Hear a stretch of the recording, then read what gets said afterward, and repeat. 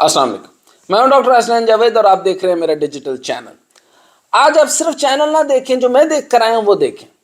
آج واقعی جس کو کہتے ہیں ٹھاٹھے مارتا ہوا سمندر، not in millions, 10 lakh cross کر چکا ہے جی اب تک۔ آپ یہ دیکھیں گے کہ جتنے سر ہیں، go and count the heads there in Minar Pakistan. آپ کو سمجھ آ جائے گا کہ یا شاید میں اس وقت تو پیدا ہوا نہیں تھا، لیکن اگر آپ پیدا ہوئے ہوتے ہیں یا کسی سے بزرگوں سے پوچھ لیں، یا میرے خیال میں آزادی کے وقت میں جب قائد اعظم نے وہاں پر ایک جلسہ کیا تھا، وہ حالت وہاں دیکھ سکتے ہیں، یا وہ منظر آپ دیکھنے ہو تو وہاں پر دیکھیے۔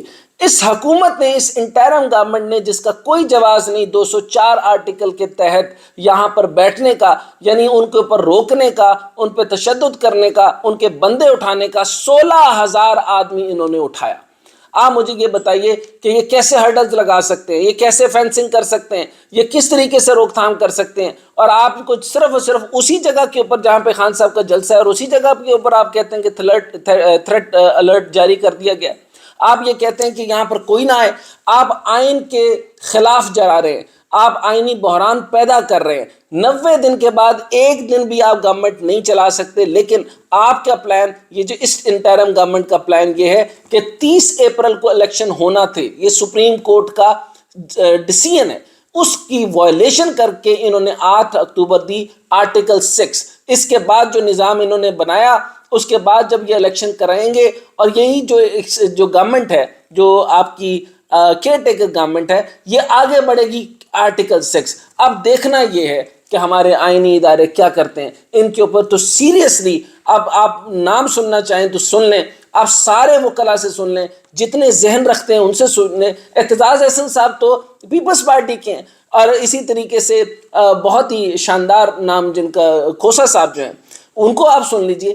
کسی بھی ماہر قانون دان کو سن لیں جو کہ قانون کو پڑھتا ہے، اور قانون کے اندر جو آپ کے 73 کے آئین کے مطابق لکھا ہوا ہے، اس طرح کہیں نہیں ہے۔ آپ کوما کو اور جو ہے فل سٹاپ کے ساتھ کھیل رہے ہیں، آپ کا جہاں دل کر رہا ہے آپ آئین کو مسخ کر رہے ہیں۔ آپ آرٹیکل 58 کے اوپر جو ہے وہ آپ کہہ رہے ہیں کہ الیکشن کمیشن کے اختیارات میں کہ آپ اس کو اگر یعنی پرولونگ کرنا چاہیں اور اس کو جو ہے وہ کسی بھی صورت جو ہے وہ اس کو ری اسکیجول کر سکیں، بالکل آپ کے تجاوزات میں نہیں ہے، بالکل آپ کے حقوق میں نہیں ہے، آپ یہ نہیں کر سکتے۔ سادہ بات یہ ہے کہ یہ عوامی ریفرینڈم ہو چکا ہے، عوام جوگ در جوگ گھروں کو چھوڑ کر آ چکی ہے۔ آپ کسی اور الٹیمیٹم کی طرف نہ جائیں۔ خان صاحب کیا تقریر کریں گے اور کیا کرنے والے ہیں، آپ نے آئین کے بکھیے اکھیڑ دیے۔ خان صاحب خود نہیں بنے، آپ لوگوں نے بنا دیا ہے۔ خان صاحب کا وہ درجہ آپ نے بنا دیا کہ جو آیت اللہ روح اللہ خمینی صاحب کو نہیں ملا تھا، آپ نے وہ درجہ بنا دیا جو معاوضہ تونکر نے ملا تھا، آپ نے وہ درجہ بنا دیا جو ایبینامکس کے ایبے کو نہیں ملا تھا۔ آپ کس جگہ پہ جانا چاہتے ہیں؟ آپ نے اپنے کردار کو دیکھیں، اپنے نظام کو دیکھیں۔ آپ کو پھر ظلم خلیل زاد کی بات نقصان میں لگتی ہے۔ اس نے سادہ سی بات کی تھی کہ پاکستان 3 ٹرپل کرائسس کے اندر جا رہا ہے، اور اس کو ڈیپن اور وائڈن آپ اس لیے کر رہے ہیں۔ اگر آپ عمران خان کو تن کے رکھنا چاہتے ہیں تو نقصانات اور بڑھتے جائیں گے، یعنی معاشی، آئینی اور سارا نظام آپ کا جو ہے وہ بے دخل ہونا شروع ہو جائے گا۔ آپ اس طریقے سے جو جا رہے ہیں، ہمیں سوچنا پڑے گا، ہمارے ریاستی اداروں کو سوچنا پڑے گا، اور یقین کیجئے قوم پاکستان ملٹری سے محبت کرتی ہے۔ پاکستان ملٹری کو گندا کرنے کے لیے ایک نئی سازش جو میتلا نامی آدمی ڈالا ہے، انہوں نے یہ وہ کر رہے ہیں۔ اس کے پیچھے کے ماسٹر مائنڈ کو سمجھیں، یہ نجم سیٹین گروپ جو کہ اینٹی پاکستان کتابیں چھاپنے اور اینٹی پاکستان جو ہے وہ نظام چھاپنے اور اس کے اوپر آرٹیکل لکھنے، امریکہ میں بیٹھے ہوئے رضا رومی کا یہ سارا کا سارا جو ہے پروپیگنڈا قائم کرنا، یہ کس طرح اور کس لحاظ سے آپ اس کو ویلیڈیٹ کرتے ہیں؟ یہ بات غلط ہے۔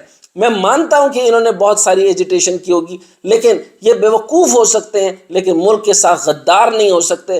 نجم شیٹی کے بارے میں بالکل ایسا نہیں کہہ سکتا کہ یہ ملک کے ساتھ غدار نہیں ہے۔ یہ جو آدمی ISI را اینڈ پیس، ایلیجن آف پیس کے اوپر کتابیں لکھوائے اور لکھے، اور ہر وہ کتاب جو قائد اعظم کے خلاف ہو سکتی ہے وہ لکھے، اور ہر وہ بات جو ریالٹی کے نام کے اوپر اور جو ہے وہ فریڈم آف سپیچ کے نام پر پاکستان اور پاکستان کی خد و خال، پاکستان کی سیکیورٹی پالیسی، پاکستان کی نیشنل پالیسی کے خلاف لکھے، اس کا مطلب ہے وہ آدمی جو ہے وہ پاکستان کے لیے فائدہ مند نہیں ہے۔ یہ وہ ٹولہ ہے جو کہ صرف اور صرف اپنے مفادات، اور یہ جو ہے وہ لوگ ہیں جو کہ را کے ساتھ بھی ان کے اٹیاں سٹیاں ملی ہوئی ہیں، باقی نظام کے ساتھ بھی پورے کے پورے لنک ان کے مل رہے ہیں. ان کو صرف اور صرف 1% اشرافیہ پالنا ہے. عمران خان آپ مانیں یا نہ مانیں، اس وقت اس کے پاس وہ ویژن تھا یا نہیں تھا، سارے پاکستان کی 99% کی جو ہے آواز بن گیا ہے. اور اشرافیہ جو مڈل کلاس اور جو لوئر کلاس ہے اس سب کو چھوڑ دیں، 99% کا عمران خان ہے. 1% اشرافیہ صرف اپنی ہوا کرتی ہے، نہ وہ پاکستان کی ہوتی ہے، نہ وہ نیشنل سیکیورٹی پالیسی کی ہوتی ہے، نہ وہ پاکستان کے تحفظ کی ہوتی ہے. ان کا نہ جائیداد ادھر ہوتی ہے، نہ ان کا جین مرن ادھر ہوتا ہے، نہ ان کا رہن سہن ادھر ہوتا ہے. ان کا وہی نظام ہوتا ہے کہ ڈالر میں کماتے ہیں، اٹلی میں گھومتے ہیں اور مدینہ میں مرتے ہیں. آپ ان کو چھوڑ دیجئے، ان کا کوئی لینا دینا نہیں.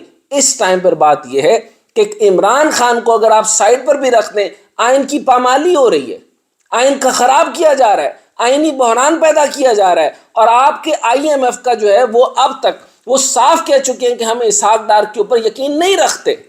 آپ وہ ساری چیزیں بیلنس شیٹ دیکھ لیں، وہ نہیں پوری کر سک رہے.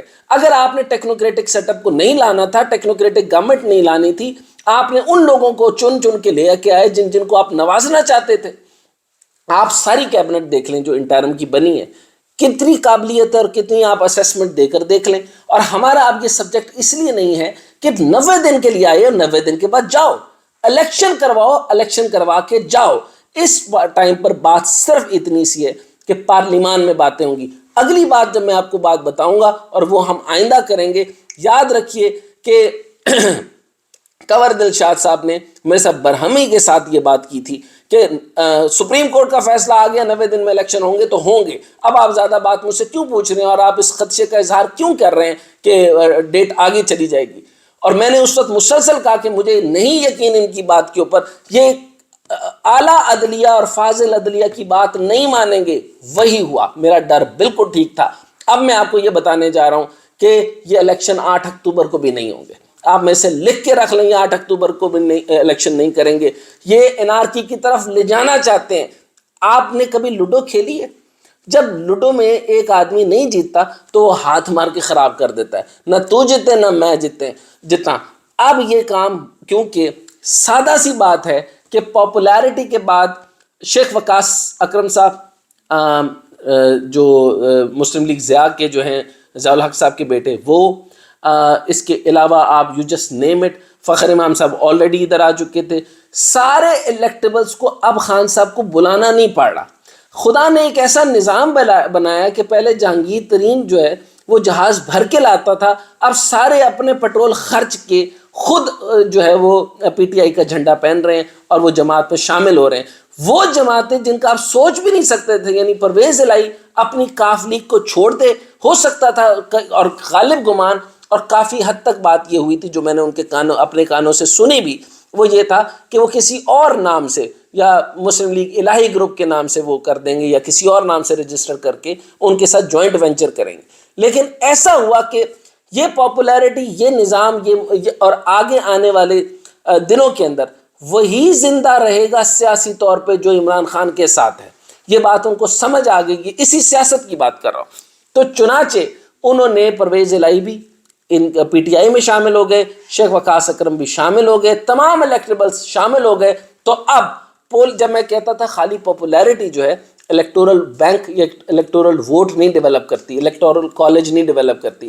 اب ہوا کیا، آپ کی ساری فضولیات. اچھا، ایک اور بات بھی میں خاص بتانا چاہتا ہوں. میں نے ایک سے سوال کیا اعتزاز احسن صاحب سے کہ کیا PPP بھی یہ چاہتی ہے، اور اگر وہ ہارنا چاہتی ہے تو ہار کی وجہ سے یہ تشدد کرتی؟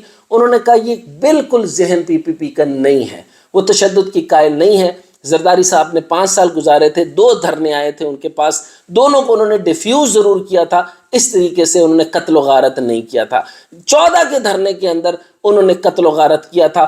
پھر اس کے بعد آج انہوں نے خود کہا کہ یہ نون کا ذہن ہے قتل و غارت کا، یہ پیپلز پارٹی کا نہیں ہو سکتا اور کسی بھی انسان کا نہیں ہو سکتا.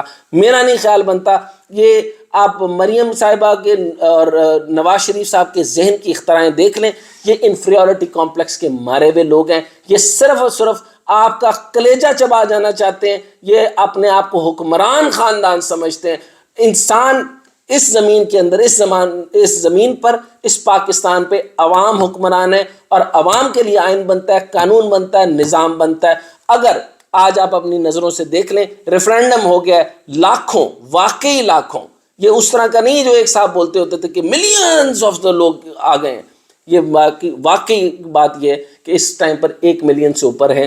وقت گزرنے کے ساتھ جب تک خان صاحب تقریر کریں گے، آپ دیکھیں گے کہ آپ کو نظر آ جائے گا کہ معاملہ کیا بن رہا ہے۔ پاکستان کے لیے اٹھیں، پاکستان کے لیے جاگیں، اور جو بھی نظام ہوگا ایوولوشن کے مطابق آپ کو ایک صدارتی نظام بھی مل جائے گا، آپ کو ٹیکنوکریٹک سیٹ اپ بھی بن جائے گا۔ لیکن اس ٹائم پہ جو سبجیکٹ آپ لوگوں نے بنایا، میں اس سے ایگری کرتا ہوں، میرا سبجیکٹ اور ہے، لیکن آپ کا سبجیکٹ یہ ہے کہ ہم نون نہیں دیکھ سکتے، ہم پی پی پی نہیں دیکھ سکتے، ہم وہی پرانے لوگ نہیں دیکھ سکتے جنہوں نے ہمارا تماشا بنا کے رکھ دیا۔ Thank you.